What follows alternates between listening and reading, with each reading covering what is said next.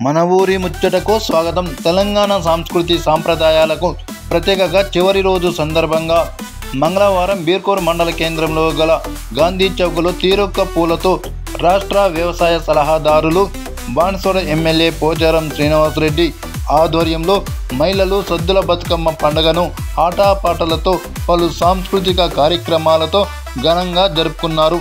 బీర్కూర్ గ్రామంలో ప్రతి ఒక్క ఇంటి నుండి బతుకమ్మలను తల మీద పెట్టుకొని గాంధీ చౌక్ వరకు ప్రధాన కూడలి వద్దకు మహిళలు తీసుకొచ్చి కోలాటాలతో పలు నృత్యాలతో బతుకమ్మను ఆరాధిస్తారు. ప్రతి ఏడాది దసరా పండుగను పురస్కరించుకొని బతుకమ్మలను 9 రోజులు పలు పేర్లతో ఆరాధించి చివరి రోజు సద్దుల బతుకమ్మను దుర్గాష్టమి ఆయుధ పూజలను జరుపుకుంటారు. సద్దుల బతుకమ్మను ఊరు వాడ ఎటు చూసిన పెద్ద పెద్ద బతుకమ్మలు దర్శనమించి కనువిందు చేస్తాయి. ఆట పాటలతో గౌరమ్మను ఘనంగా ఆరాధిస్తారు. మహిళలంతా కలిసి నూతన వస్త్రాలను ధరించి చిన్నలు పెద్దలు కలిసి బతుకమ్మలను ఒక దగ్గర పేర్చి బతుకమ్మలను చెరువులో వాగులలో నిమజ్జనం చేస్తారు. బతుకమ్మలకు ఎవరు అంగరంగ వైభవంగా పేర్చుతారో వారికి బహుమతులను అందజేయడం జరుగుతుందని అన్నారు.